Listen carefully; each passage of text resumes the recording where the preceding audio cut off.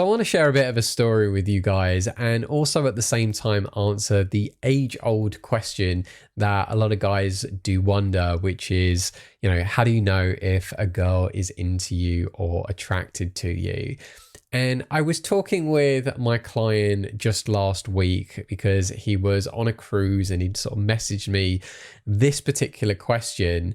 And in fact, the client in question as well is actually one that I did an interview with not too long ago, actually, about his experience of doing cold approach coaching with me on the street.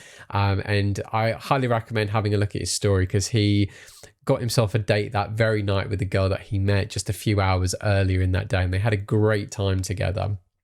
But that's not what this particular video or story is going to be about. Now, he was on holiday, or he was on a cruise, and he met a girl that he really liked. He was attracted to her, and he'd messaged me saying, like, how do I go and speak to her and stuff? And we covered all of that.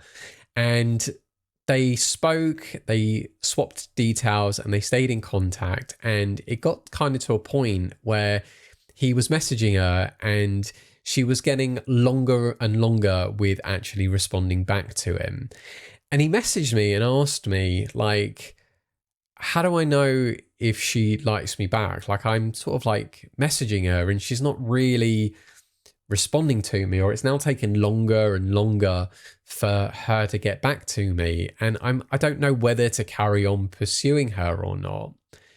And I said to him something that I had kind of like learned or experienced myself years ago, my very early days being introduced to pickup. And that was that if a girl really likes you, she will do whatever she can to make a situation work, or she will cross like mountains and rivers and whatnot to try and meet you or try and have something happen between the two of you. And I pointed out to him, I said, like, look, this girl that you're messaging that you've met on the cruise, yes, you might like her and stuff, but if it's clearly not being reciprocated, if you're finding that like she's not trying to message you as eager as maybe you're messaging her, then you have to consider that, that balance that's there. She's clearly not as into you as you are into her, and you're better to kind of pull on the reins a little bit and not give her so much attention and carry on meeting other people on the cruise. And if you're lucky, then, you'll meet some other women, you'll be bantering with them, you'll be flirting with them, you'll have a laugh. And she will likely see this and then she'll think, oh my God, I'm missing out on spending time with a really good guy to have an experience with. And then she'll be straight on to messaging you and being like, hey, how are you? Let's do something tonight, and so on. So that was kind of like one part of the story, that he met someone that he liked. They had got chatting, they swapped details, they were messaging okay to begin with, and then she just started taking longer and longer to message him, to the point that he was questioning whether or not she was actually into him or not. So rather than sort of saying like, no, she's not interested, got him just to instead focus on meeting other people. And if she comes around, she comes around, but at least you're not chasing. Now, maybe about a couple of days later, he then, it seems he knew a girl from like years back, and they'd sort of stayed in contact rarely, to be fair, rarely. And he'd said to her that, he was in this particular town on this cruise. So he was going to be in the town for like a day or an evening or something. And he wondered if maybe she wanted to see him. Now, he kind of pointed out to me that, she doesn't live nearby. She was like a good like hour or so away by like trains or buses and stuff. So it would be a real journey for her to, come and see him. And I then got a message later on in that evening after he told me about it, and he was like, I don't know if I'll be seeing her or not. And then I got a message that evening saying that she traveled over an hour to come and meet him. They went for dinner, and he had his third ever kiss, because I'm sure it was on the day that we went out coaching. I'm sure that was his second ever kiss. that he'd ever had. Not by me, of course, but I mean, like with the girl that he'd gone on a date with. So I thought it was really cool that he got to then experience another kiss. It was a shame that nothing more intimate happened, because he wanted to sort of lose his virginity. But nevertheless, when he then messaged me and he told me that how an amazing of a night it was of them going for dinner and having such a laugh and then them making out and stuff. And he even thought about what I'd said to him about the journey that she did to get to him.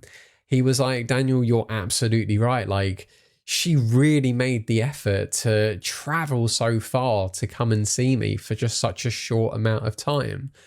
And I think, to me, that's kind of like one of the green flags for guys who are looking for relationships, or even, looking to go on dates with people who ideally kind of like them back.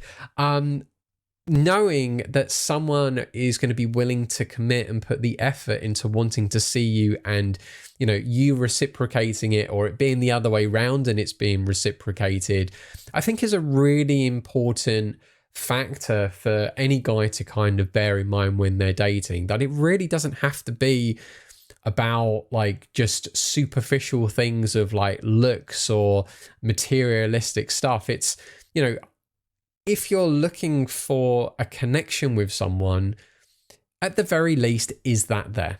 Or if you're looking to date someone, at the very least, is there a connection there? And if there's not, then I really wouldn't put as much effort into it as you think for the pursuit of trying to date that person. Like, why date someone who's clearly not putting in that effort to actually want to meet you or want to date you, or even just message you and see how your day is or how things are going?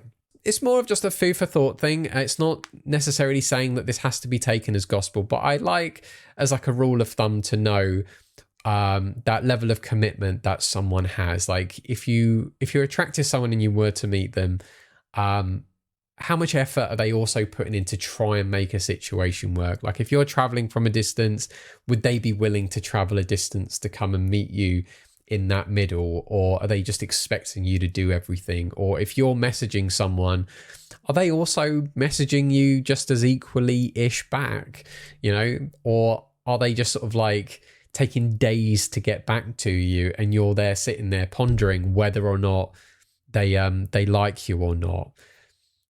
This is what I hope this video kind of answers. And, like for my client, it was just an eye-opener of a story or experience for him to just go, right, this girl, I put all my attention in her first. She wasn't reciprocating it. So I pulled back, and actually in the end, it showed me that she just wasn't interested.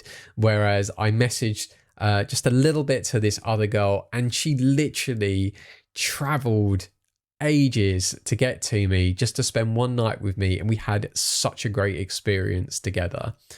So take that story away, think about it if you will, and even perhaps maybe apply it to maybe some current situations that you're in at the moment. Like, are there girls that you're speaking to that they're not really messaging you back? And then are there others who maybe are messaging you and you're not really putting much effort in, and they're like, hey, how are you?